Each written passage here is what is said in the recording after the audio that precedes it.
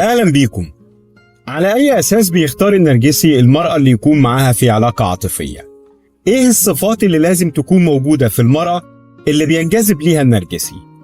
النرجسي ممكن ينجذب للمرأة الضعيفة اللي ثقتها بنفسها ضعيفة، وممكن جدا ينجذب للمرأة القوية اللي ثقتها بنفسها عالية جدا. تناقض غريب هنحاول نفهمه مع بعض في فيديو النهاردة.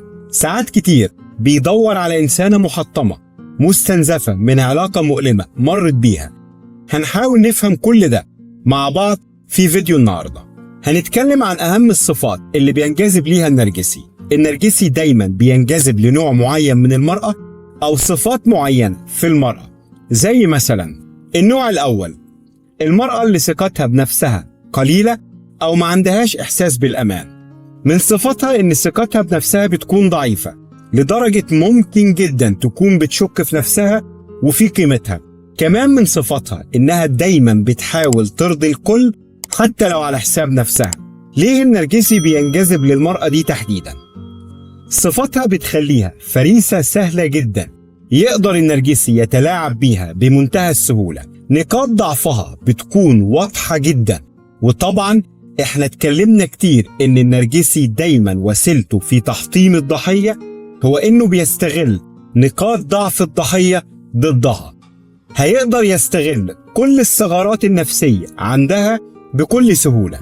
النقطة التانية، المرأة اللي ثقتها بنفسها منخفضة، تقديرها لنفسها قليل، ده بيخليها تتحمل الأذى والإهانة بسبب إن بيكون عندها أمل إنها هتتحمل كل ده في مقابل إنها تحصل على الحب. بتتحمل الأذى لأنها بتكون خايفة تترك العلاقة المؤذية. خوفها من الوحدة والهجر بيخليها تتحمل كل الأذى، وده بيخليها فريسة سهلة جدا للنرجسي يتلاعب بيها ويسيطر عليها. كمان من صفاتها إن ثقتها بنفسها بتكون ضعيفة لدرجة ممكن جدا تكون بتشك في نفسها وفي قيمتها الذاتية. دايما بتستمد قيمتها من الخارج، بمعنى إنها بتحس بقيمتها بناء على رأي غيرها فيها. هنا هيقدر النرجسي يتلاعب بيها بسهولة عن طريق استخدام أسلوب السخن والبارد. أوقات هيغمرها بمشاعر حب وتقدير وإعجاب واهتمام، وأوقات تانية هيمنع كل ده وهيعاملها ببرود عاطفي وتجاهل شديد جدا. ممكن كمان يستخدم عليها الصمت العقابي. الطريقة دي بتملاها بالقلق والتوتر، وبتصبح معتمدة على الشخص النرجسي نفسه في الإحساس بقيمتها. بتوصل لدرجة إنها بتكون متلهفة منه على كلمة مدح أو إعجاب، لأنه ببساطة هيقدر يخلي نفسه مصدر الإشباع العاطفي بالنسبة لها.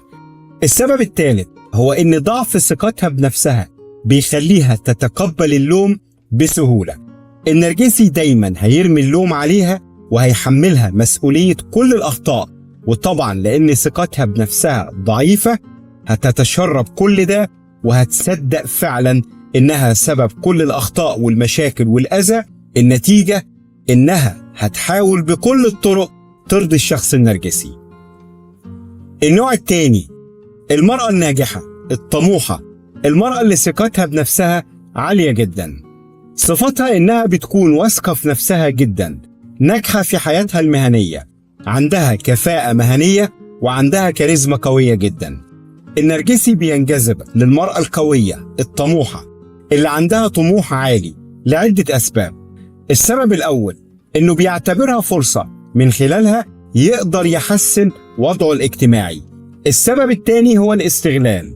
بيعتبرها فرصة إنه يستغل نجاحها أو وضعها الاجتماعي أو علاقاتها أو اتصالاتها لخدمة أهدافه الشخصية. بتكون بالنسبة له هدف يقدر يستفيد منه. السبب الثالث هو التحدي، لأن المرأة القوية الطموحة دايما بتكون عندها ثقة بنفسها عالية جدا. النرجسي بينجذب ليها لأنه ببساطة بيعتبرها تحدي. كونه ينجح في جذب انتباه امرأة قوية طموحها عالي جدا، ده بيعزز من شعوره بالتفوق والعظمة، وبيساعده على إشباع غروره النرجسي. كمان بيكون عنده رغبة مريضة في إذلالها وتحطيمها. السبب الأخير هو إحساسه بانعدام الأمان. بيخليه كتير يدور على شخص قوي ثقته بنفسه عالية علشان يقدر يحس معاه بالأمان. النوع الثالث، المرأة الرومانسية المثالية اللي عندها حلم. من صفاتها إنها بيكون عندها إيمان قوي بالحب والعلاقة المثالية، دايما بتكون متفائلة، دايما بيكون عندها رغبة قوية إنها تكون علاقة عاطفية رومانسية قوية جدا. النرجسي بينجذب للمرأة الرومانسية لعدة أسباب. السبب الأول إنها بتكون متفائلة، توقعاتها دايما إيجابية، العلاقات بالنسبة لها بتشوفها بشكل رومانسي، أي شيء سلبي بتشوفه في العلاقة بتكون متصورة إنه مؤقت أو هيتغير. بكده هيقدر النرجسي يستغل النقطة دي لصالحه من خلال أسلوب اللاف بومينج أو الإغراق العاطفي. هيقدر يقدم نفسه بصورة مثالية كلها حب وتقدير وإعجاب واهتمام لحد ما يقدر يكسب ثقة الطرف التاني. الصورة دي بتكون منسجمة مع طبيعة المرأة الرومانسية، وبعد ما بيكسب ثقتها هيبتدي ينكشف على حقيقته. طبعا طبيعتها الرومانسية بتخليها دايما عندها أمل إنه هيتغير، وبتستمر في العلاقة مع الشخص النرجسي رغم كل المشاكل والأذى اللي بتتعرض له. السبب الثاني إن المرأة الرومانسية لما بتكون في علاقة طبيعتها بتخليها تستثمر في نجاح العلاقة، طبيعتها بتخليها تقدم كل اللي تقدر عليه علشان العلاقة تكون ناجحة، حتى لو على حساب سعادتها أو راحتها الشخصية. وطبعا دي حاجة بيقدر النرجسي يستغلها بكل سهولة. النوع الرابع، المرأة اللي إحساس التعاطف عندها بيكون عالي. من صفاتها إنها بيكون عندها ذكاء عاطفي عالي جدا، دايما بتحس بغيرها وبتحاول تدعمهم وتساعدهم، بتحس بمتعة أو سعادة لما بتساعد الغير وتدعمه، رحيمة جدا. وطبعا ده معناه إنها مستحيل تكون أنانية، بتكون صبورة جدا، عندها استعداد تتحمل وتصبر علشان تسعد غيرها. ليه الشخص النرجسي بينجذب للنوع ده؟ السبب الأول، ضعف التعاطف عند النرجسي بيخليه يكون فاهم يعني إيه شخص متعاطف، بيخليه يكون فاهم هيقدر يستغله إزاي. النوع ده غالبا بيقدم للنرجسي كل الدعم اللي هو عايزه، كمان بيقدم من غير أي شروط ولا حدود ولا قيود. شخص بيحاول دايما يسعد غيره، النتيجة إن النرجسي هيستغل التعاطف والدعم العاطفي اللي بتقدمه لصالحه، هيقدر يحولها لمجرد وسيلة يقدر من خلالها يلبي احتياجاته ورغباته. كمان كل حاجة هتحصل بهدف تحقيق راحته وسيطرته، كمان هيعتبرها وسيلة لإشباع الغرور النرجسي.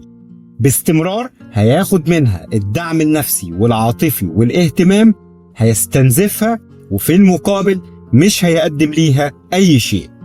النوع الخامس، المرأة المحطمة من علاقة قديمة اللي بتكون لسه خارجة من علاقة عاطفية كبيرة.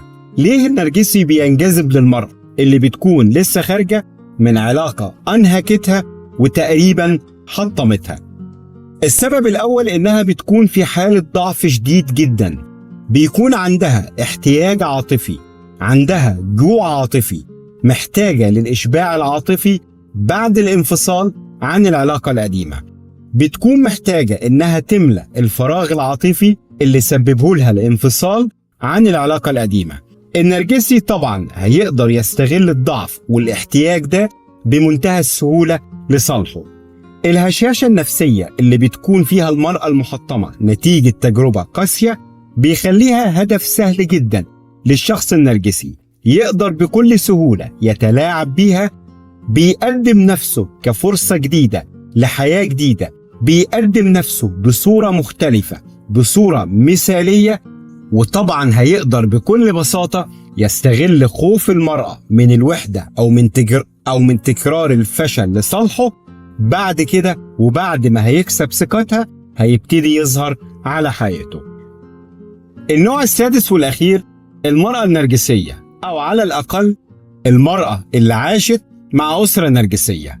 المرأة اللي عاشت مع أسرة نرجسية غالبا بينجذب ليها شخص نرجسي، لأنها في نظره بتكون متعودة على التعامل مع النوع ده من الاضطراب العقلي، كمان بتكون متعودة على تحمل الأذى والإهانة والإساءة، لذلك بتكون هدف كبير جدا للشخص النرجسي. الخلاصة: انجذاب النرجسي للمرأة بيكون مبني على 3 حاجات. أول حاجة، ممكن يدور على المرأة اللي عندها الصفات اللي هو بيفتقدها في نفسه. بيدور على شخص يقدر يلبي احتياجاته النفسية. مثلا إحساسه بعدم الأمان هيخليه يدور على شخص ثقته بنفسه عالية، طموحه عالي، لأن النرجسي لما بيكون مع شريك قوي ده بيديله إحساس بالأمان. إحساسه بالغرور المرضي ممكن يخليه يدور على شخص ثقته بنفسه ضعيفة علشان يقدر يحطمه ويتلاعب بيه ويسيطر عليه. الشريك بالنسبة للنرجسي لازم يكون انعكاس ليه، ببساطة بيدور فيك على الحاجات اللي مش قادر يلاقيها في نفسه، في المقابل هيسقط عليك كل الصفات السلبية اللي بيعاني منها.